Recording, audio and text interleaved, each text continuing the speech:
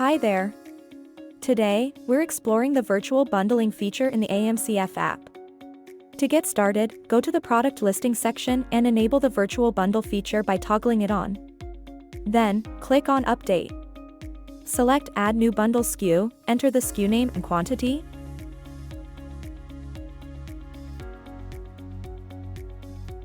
There should be no spacing in SKU name.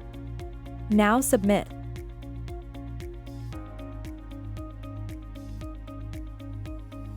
Let's do it one more time. Click on Add New Bundle SKU, fill in the SKU name and quantity as required, and submit.